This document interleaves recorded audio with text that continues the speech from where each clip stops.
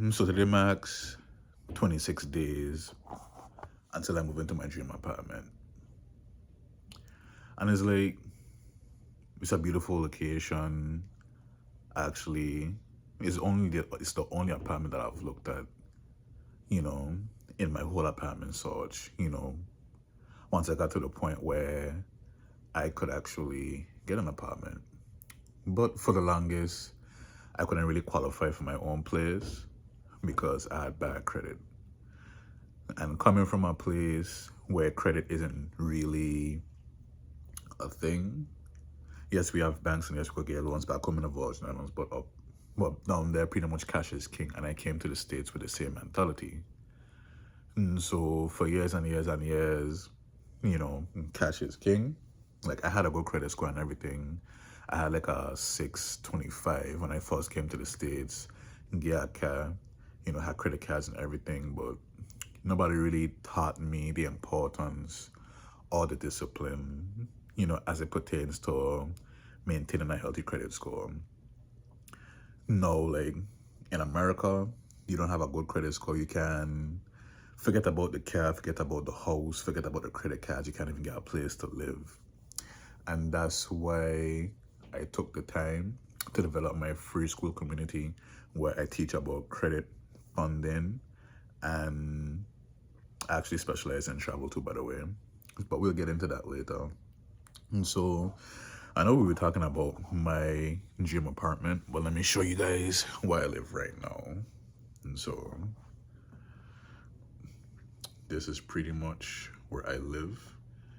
Me and my cousins share a house. That's my PC right there. That's where I walk, send my emails, all that stuff. That's where I'm from.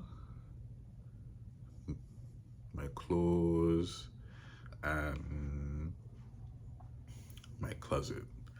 And this is my couch. So like I was saying, it's not like it's a fancy apartment, but anything is better than this couch I've been sleeping on for 2 years. And so I was been supposed to make this content, but who wants to show the world that is sleeping on a couch? Like who wants to do that? Who wants to share such an intimate part of themselves? But it's like I had to get out my own way because somebody might see this video and it's like, man, like if he can come from here and go where he's going, I know I can too. And so this video ain't for views or anything like that. It's more for like me and my confidence, my consistency as it pertains to posting the content. Because part of the reason why my business isn't growing as fast as it could is because of the content. And that's why I made this decision to create this series to just get me in the habit of making content every day, because that's why I fell short. And so, yeah, I want to elaborate on a situation that happened that kind of made me shift my perspective and my mindset. And so I want to tell y'all the story of how my car got repossessed. And so I was like 2 months behind. And before I even said this, like I already knew. Like I made a decision at any point that I have to save money for whatever reason, the first thing to go would be the car.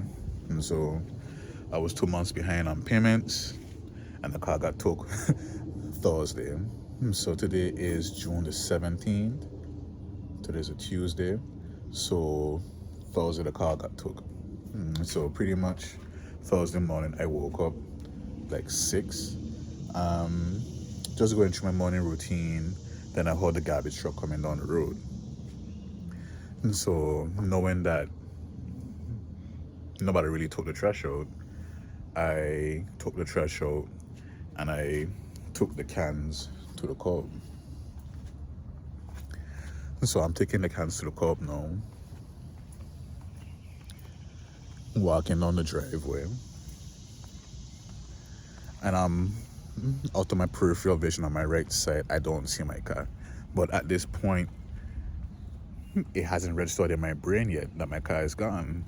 So I put the trash cans down. I'm looking at the garbage truck coming down the street, and it's like, I don't see my car.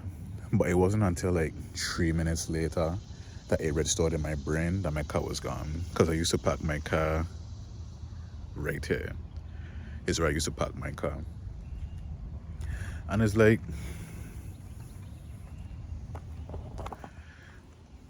I park it there knowing that they was going to take it. Did I care? Yes.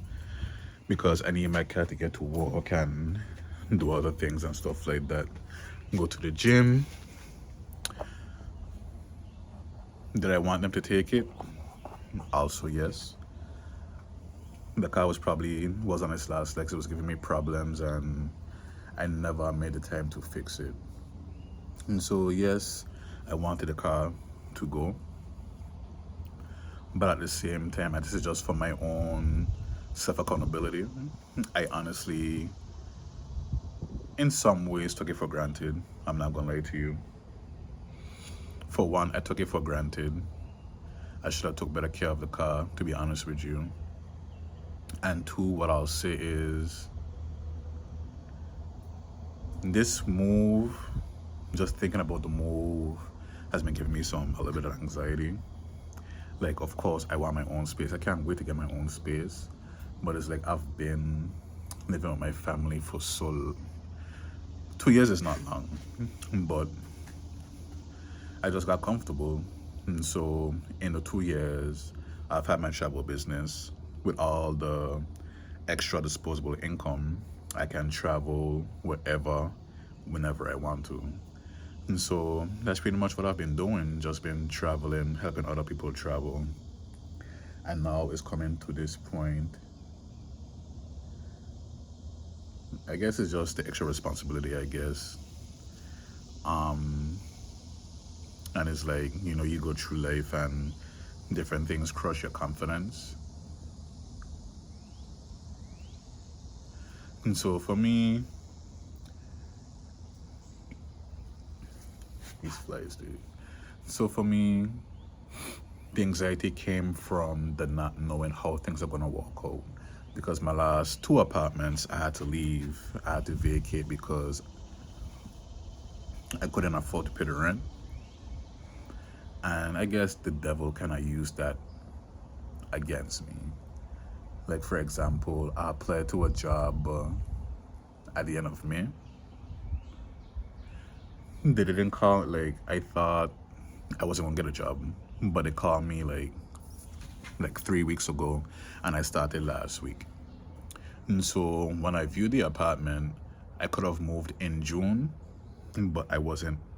I decided to take the extra month to mentally prepare myself. Plus, I kind of wanted a job to just cushion me until I start school again. Had I took the chance and made the move, I would probably still have my car.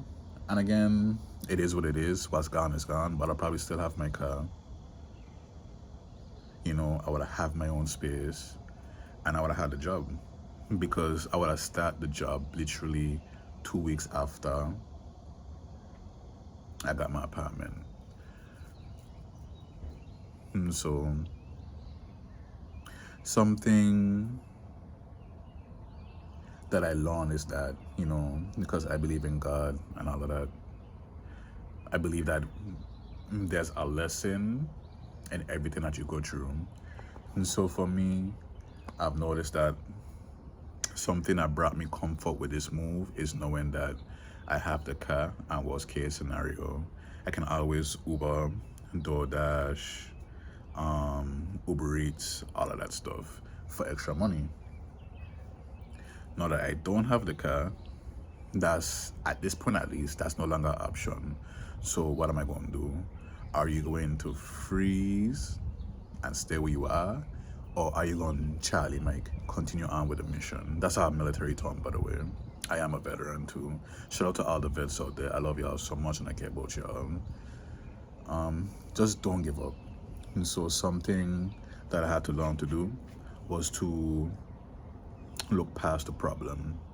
And so my car got repossessed. Looking past the problem now. Okay, your car got repossessed. You don't have a car right now. It don't make no sense to complain about it. So what are you gonna do? Okay, I've went years without a car before. I know how to survive without a car. I'm going to the city. I have more access to public transportation, so I'll be okay once I get there. But it's another 26 days until I move. So what am I going to do until I get there? Okay, I have people around me that care about me, that at least can take me to the train station so I could take the bus to get to my job. And as simple as that was, all I had to do was look past the problem. You know, whatever happened already happened. Is nothing that we can do to change the situation. The best thing that we can do is look forward and move forward. And so, yeah, life been lifing, but that's how you know you're alive. And so, but yeah, aside from that, one thing that has been truly beneficial to me is just practicing gratitude. And so we're gonna do that right now. And so for the past week, it's been raining on and off. And so as of right now, I'm grateful for it not raining. I'm grateful for the birds and the insects that's providing the free music for me. I'm grateful for the trees that's giving us oxygen. I'm grateful for my family. I'm grateful for my car being repossessed because it's, I don't want to say the word force because nothing can truly force you to do anything. That's not true. But it's allowing me to think from a different point of view, to see things, life, and problems from a different perspective. I'm grateful for God for answering my prayers. The prayers may not be answered how you want them answered, but God gonna always bless people. God will always bless you with what you need, not what you want. And I'm grateful for anybody that watched this video, because you can click off and do anything else, but you're watching this video and I love you for that. But now with that being said, drop down in the comments down below 3 things you are grateful for. And yeah, I really look forward to hearing from you guys. Drop a like on the video, help us grow. And if you found value in what I said, if you found value in my story, don't forget to hit the subscribe button, and I'll talk to y'all in the next one.